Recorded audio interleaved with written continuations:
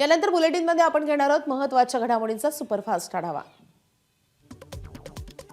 मुंबई महापालिकेच्या महापौर पदावरून गेल्या अनेक दिवसांपासून वादाचे चित्र आहे। मुंबईच्या महापौर पदावरून महायुती आणि ठाकरे बंधूंमध्ये वाद रंगला होता, तर कालच्या निकालानंतर भाजपकडून मुंबईच्या महापौर पदाबाबत स्पष्ट करण्यात आले। मुंबईचा महापौर हिंदू आणि मराठीच होणार असल्याचं मुख्यमंत्री फडणवीसांनी स्पष्ट केलंय, तर ठाकरे बंधूंवरही मुख्यमंत्री फडणवीसांनी निशाणा साधलाय।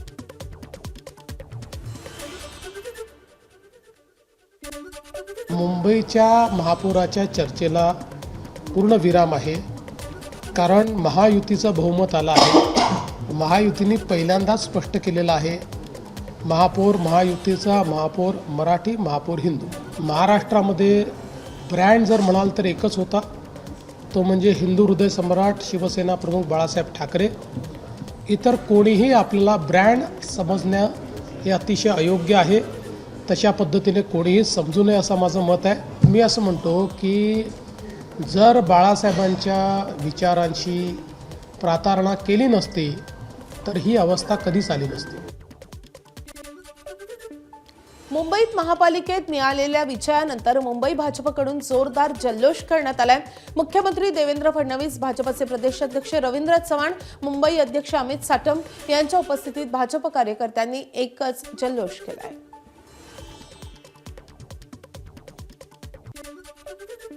लक्ष लागलेल्या मुंबई महानगरपालिकेमध्येही जरी आता काउंटिंगला उशीर होतोय, अजून काउंटिंग बाकी आहे, तरी जे काही ट्रेंड्स आहेत आणि जी वाटचाल चालली आहे त्याप्रमाणे निश्चितपणे पूर्ण बहुमत हे आपल्या महायुतीलाच या ठिकाणी मिळणार आहे आणि मुंबईच्या महानगरपालिकेवरही महायुतीचा झेंडा फडकेल यात आपल्या मनामध्ये कुठली शंका नाही।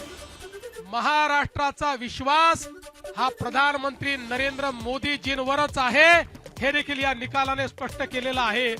आणि म्हणून आज खऱ्या अर्थानं या निकालाच्या निमित्ताने हिंदू हृदय सम्राट शिवसेना प्रमुख बाळासाहेब ठाकरे यांचंही मी स्मरण करतो, कारण त्यांचाही आशीर्वाद हा आपल्या महायुतीच्याच पाठीशी होता आणि म्हणून हा विजय आपल्याला या ठिकाणी मिळालेला आहे। आम्ही संकुचित हिंदुत्व मानणारे लोक नाही आहोत, आम्ही व्यापक हिंदुत्व मानणारे लोक आहोत। आमच्या हिंदुत्वामध्ये सगळ्यांचा समावेश आहे। जो जो या भारताच्या संस्कृतीला आपली संस्कृती समजतो, भारतीय प्राचीन जीवन पद्धतीला जो आपली जीवन पद्धती मानतो, त्याची पूजा पद्धती काही असली तरी त्या सगळ्या लोकांना आम्ही आमच्या हिंदुत्वाच्या व्याख्येमध्ये या ठिकाणी घेतलेला आहे। आणि म्हणून मला असं वाटतं की एक व्यापक अशा प्रकारचं जनसमर्थन हे आपल्याला मिळालेलं आहे। मुंबई महापालिकेत बहुमत मिळवणाऱ्या भाजपनं मुंबई महापालिकेच्या महापौर पदावर दावा केलाय। मुंबई भाजपचाच महापौर होणार असल्याचं वक्तव्य विधानसभेचे अध्यक्ष राहुल नार्वेकर यांनी केलंय। अभूतपूर्व जीत है और इसका पूरा श्रेय मुंबई की जनता और हमारे नेता आदरणीय देवेंद्र फडणवीस साहब को जाता है। क्या मुंबई में मेयर बीजेपी का बनने जा रहा है? 100%। ये आप कंफर्म कर रहे हैं कि मुंबई का मेयर बीजेपी का होगा? मुंबई का महापौर ये हमारे महायुति का होगा, भारतीय जनता पार्टी का होगा। महाराष्ट्रामध्ये आमचे ज्येष्ठ नेते आदरणीय गडकरी साहेब असतील, या सगळ्यांचे मी अतिशय मनापासून या ठिकाणी आभार मानतो आणि पुन्हा एकदा या विजयाच्या आपल्या सगळ्यांना शुभेच्छा देऊन आता आपण सगळे महापौर बसल्यानंतर जल्लोष पुन्हा साजरा करू, हे या ठिकाणी आपल्या सर्वांना सांगतो।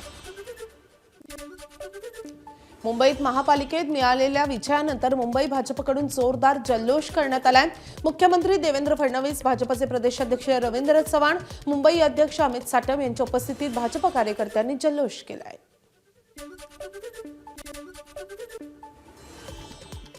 तर मुख्यमंत्री फडणवीस, रवींद्र चव्हाण भाजपच्या विजयाचे धुरंधर शिल्पकार ठरलेत।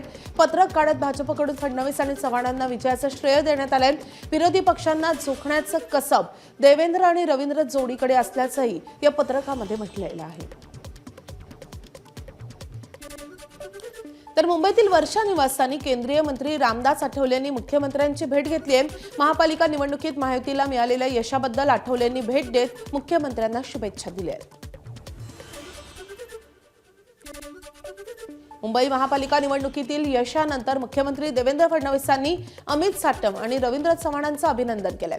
फोनद्वारे मुख्यमंत्र्यांनी साटम आणि रवींद्र चव्हाणांशी संवाद साधलाय. भाजपचे मुंबई अध्यक्ष आणि प्रदेशाध्यक्षांचं मुख्यमंत्र्यांनी अभिनंदन केलंय आणि त्यानंतर अमित साटम आणि आशिष शेलारांनी मुख्यमंत्र्यांची भेट घेतली आहे. मुंबईतील भाजप आणि सेनेच्या विजयानंतर नेते मंडळींनी एकमेकांना पेढे भरवत हा आनंद साजरा केलाय.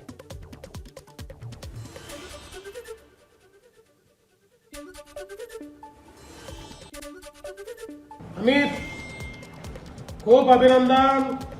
खूप डायरेक्ट चांगलं झालं. आता काही चिंता करायचं कारण नाही. फार सुंदर केला तुम्ही. फार तुमचं अभिनंदन आहे. आता आपण बस एकदम जबरदस्त आहे त्याच्यात म्हणजे latest hope. Yes. Navi Mumbai महापालिकेमध्ये उपमुख्यमंत्री एकनाथ शिंदे आणि गणेश नाईकांमध्ये जोरदार सामना रंगलेला होता. पक्षानं दाखवलेला विश्वास गणेश नाईकांनी सार्थ करून दाखवलाय. नवी मुंबईमध्ये 65 जागा जिंकत भाजपनं एकहाती सत्ता मिळवली आहे, तर शिंदेच्या शिवसेनेच्या वाट्याला मात्र 43 जागा आल्यात आणि त्यामुळे नवी मुंबईचे राजकीय नायक आपणच आहोत हे नाईकांनी पुन्हा एकदा सिद्ध केलंय. दरम्यान आता निवडणुकांच्या तोफा थंडावल्यात आणि त्यामुळे इथून पुढे कोणत्याही प्रकारचे आरोप प्रत्यारोप होणार नाहीत अशी प्रतिक्रिया गणेश नाईकांनी दिली आहे. लढाई संपली, शत्रुत्व संपलं. परंतु ज्या गोष्टी करता मी त्या ठिकाणी वक्तव्य केलं त्या गोष्टीचा विषय माझा जो रोख आहे मी मगाशी स्पष्ट केलाय. त्या युनिफाईड DCR हा जनतेच्या हिताकरता जो जितका गरजेचा तेवढा नक्कीच मिळाला पाहिजे. माननीय मुख्यमंत्र्यांना पण म्हटलेलं आहे. परंतु ज्या युनिफाईड DCR हा बिल्डरांच्या दलालामार्फत बिल्डरांच्या घशात नफा घालण्याकरता आलेला आहे, तो सूज येणारा युनिफाईड DCR आम्हाला नको आहे. आणि म्हणून माननीय मुख्यमंत्र्यांना मी उद्या परवाच पत्र देणार आहे.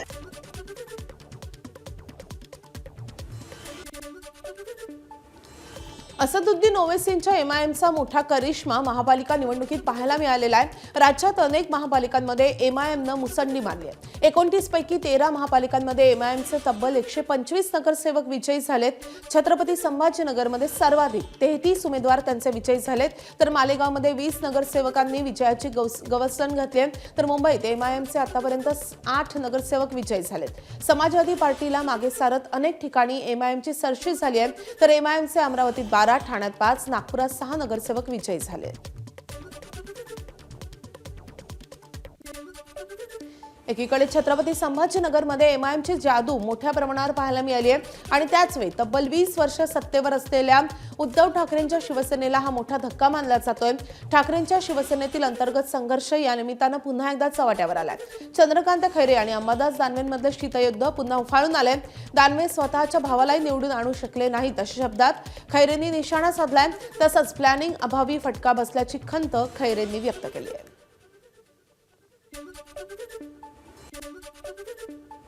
जे आहेत त्यांच्याबरोबर बसून त्यांनी प्लॅनिंग केली पाहिजे का नाही, ती झालेली नाही आहे.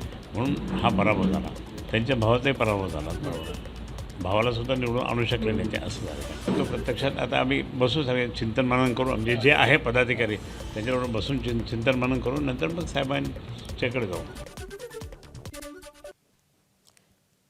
यानंतर घेणार आहोत उर्वरित महत्त्वाच्या घडामोडींचा सुपरफास्ट आढावा.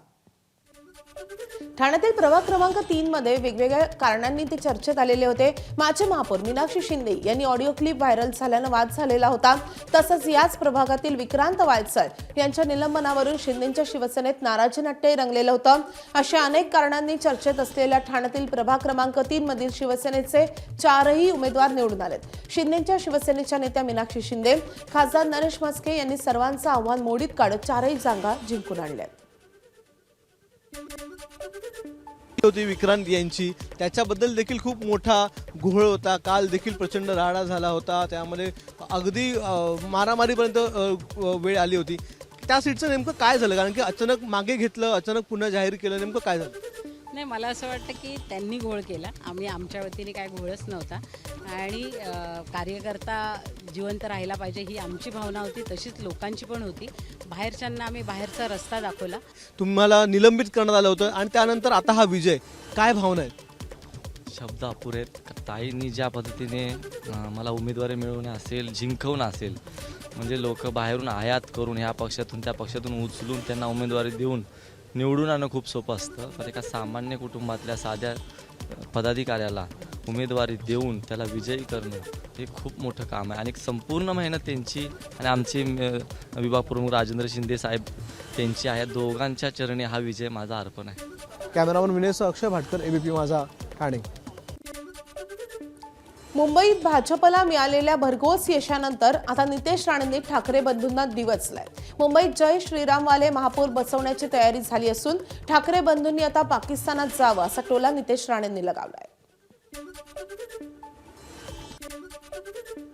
मराठी माणसाच्या अस्तित्वाची लढाई असं म्हटलं जात होतं. मात्र आता देऊन एकत्र आले ना, दोन्ही एकत्र बसून संध्याकाळची इस्लामाबादची फ्लाईट आहे, बसायचं आणि पाकिस्तानमध्ये जायचं आणि अल्लाहू अकबर म्हणत राहायचं, एवढं. तर नितेश राणेंनी केलेल्या वक्तव्यानंतर मुख्यमंत्री देवेंद्र फडणवीसांनी त्यांना सल्ला दिलाय. जिंकण्याचा आनंद व्यक्त केला पाहिजे, पण उन्माद वाटेल असं वाटू नये असंही मुख्यमंत्र्यांनी सांगितलंय.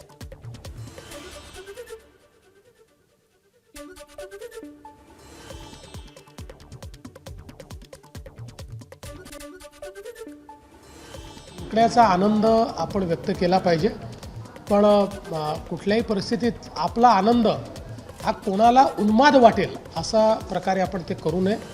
मला वाटतं आपल्याला सगळ्यांना माहिती आहे की ठाकरे आणि राणे हा एक इतिहास आहे. त्याच्यामुळे कधीकधी काही गोष्टी जेव्हा अभिव्यक्त होतात तर त्याला एक पार्श्वभूमी असते, ती पार्श्वभूमी त्याला आहे. पण मला असं वाटतं की विजयाचा उन्माद कोणीच करू नये. मी मगाशी देखील आमच्या सगळ्या कार्यकर्त्यांना आव्हान केलेलं आहे की इतका सुंदर विजय मिळालेला आहे, याचा आनंद जरूर मनवा, पण त्याचा उन्माद करू नका. जिंकण्याचा आनंद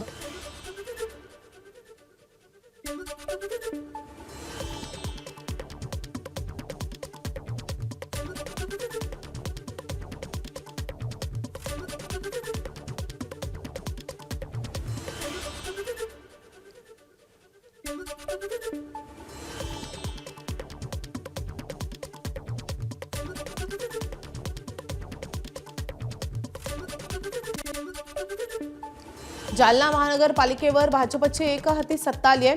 महानगरपालिकेच्या पहिल्याच निवडणुकीत भाजपचा दणदणीत विजय झाला. तर महायुतीमध्ये भाजप, शिंदेची शिवसेना आणि अजित पवारांचे राष्ट्रवादी स्वतंत्र लढत होते. या लढतीत भाजपने बहुमताचा आकडा ओलांडून 41 जागांवर विजय मिळवलाय. तर विरोधात लढणाऱ्या शिंदेच्या शिवसेनेला 12 जागा मिळाल्यात. तर काँग्रेस 9 आणि MIMनं 2 जागांवर तर 1 जागेवर अपक्ष उमेदवारांना विजय मिळवलाय. जालन्यात जामिनावर बाहेर असलेल्या संशयित आरोपी श्रीकांत पांगारकर विजयी झालाय. पत्रकार गौरी लंकेश हत्या प्रकरण आणि नालासोपारा स्फोटातील हा आरोपी अपक्ष म्हणून निवडणुकीच्या रिंगणात उतरला होता. प्रभाग क्रमांक 13D मधून 144 मतांनी पांगारकर विजयी झालाय.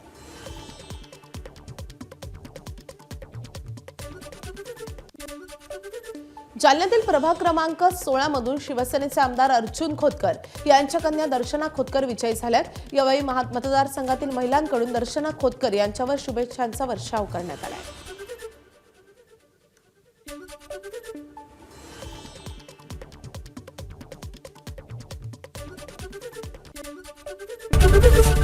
ABP माझा, उघडा डोळे बघा नीट.